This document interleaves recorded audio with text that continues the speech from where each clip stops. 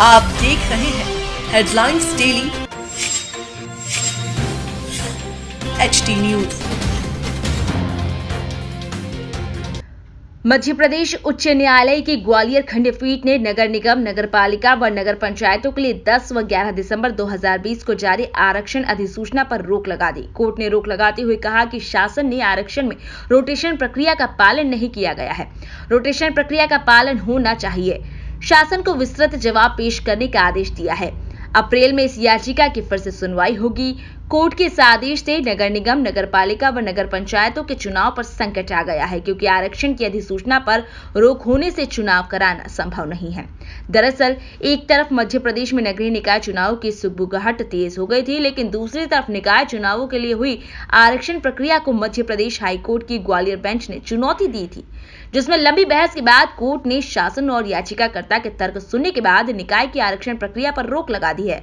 अधिकांश नगर पालिका व नगर परिषद के अध्यक्ष पद लंबे समय से एक ही वर्ग के लिए आरक्षित किए जा रहे हैं।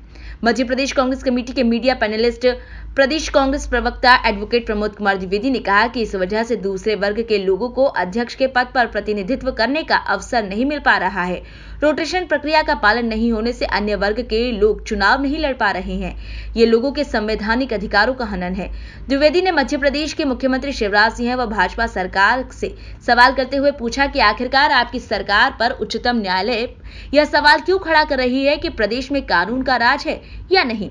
दूसरा, ग्वालियर उच्च न्यायालय नगर पंचायत, नगर पालिका, नगर निगम के लिए 10 व 11 दिसंबर 2020 को हुए अध्यक्ष व महापौर पद के आरक्षण पर रोक लगा देता है। आखिर क्यों? शिवराज सिंह जी, संवैधानिक व्यवस्थाओं, मौलिक अधिकारों की रक्षा व पालन आपकी सरकार क्यों नहीं कर पा रही? आरक्षण नियमों से किया होता तो क्या स्थगन मिलता? सरकारी मिशनरी कायदे कानून अनुसार संवैधानिक पद का पालन करती तो क्या यह होता?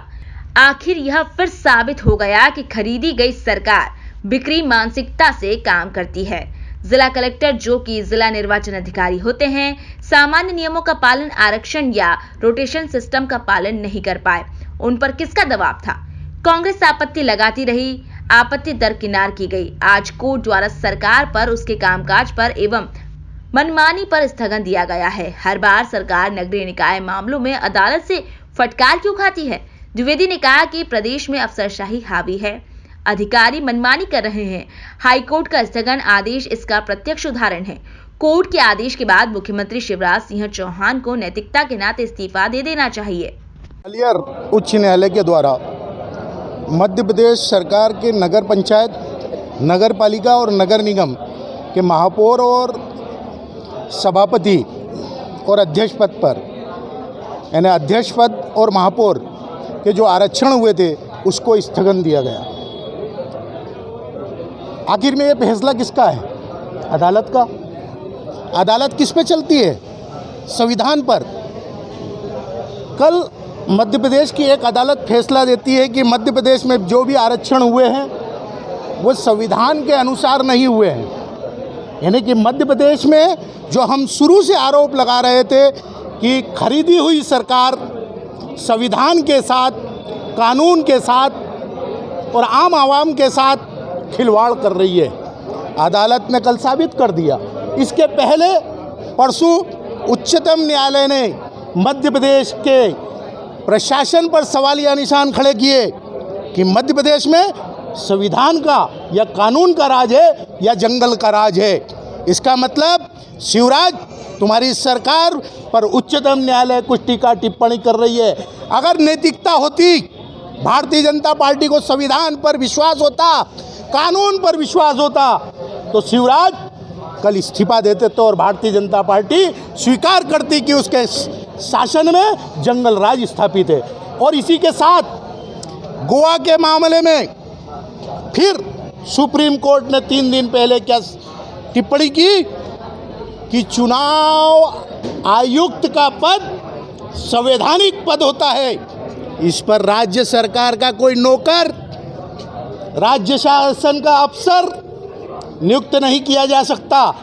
तो गोवा के मामले में सुप्रीम कोर्ट का दिया हुआ आदेश ग्वालियर उच्च न्यायालय द्वारा नगर पंचायत और नगर पालिका और महापौर के आरक्षण के संबंध में दिया गया आदेश, साथ ही राज्य सरकार की प्रशासनिक व्यवस्था पर सुप्रीम कोर्ट द्वारा की गई टिप्पणियां केवल 3 दिन के अंदर बता रही है भारतीय जनता पार्टी की सरकार की कथनी और करनी का अंतर। हम सीधा सीधा आरोप लगाते रहे हैं कि भारतीय जनता पार्टी अधिकारियों के माध्यम से अराजकता फैलाती है, कानून का बलात्कार हो रहा है, कानून के साथ खिलवाड़ हो रहा है और अदालत ने यह सिद्ध कर दिया। अब हमें कुछ भी कहने की ज़रूरत नहीं है। अदालत के ये 3 सर्टिफिकेट, माननीय मोदी जी, आप और आपकी सरकार और आपके नुमाइंदे जब कहते हैं कि राम मंदिर का फैसला हमारा फैसला था, 3 तलाक का फैसला मोदी का फैसला था, तो ये 3 फैसले अदालत के किसके हैं? कानून के हैं, और वो भी कानून के थे। अगर ये कानून के हैं तो आपको इस्तीफा देना चाहिए और कानून सम्मत जो संवैधानिक व्यवस्था है उस व्यवस्था के अनुसार आपकी सरकार आचरण करे।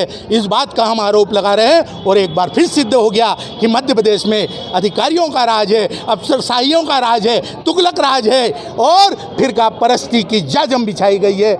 ये हमारा आरोप है।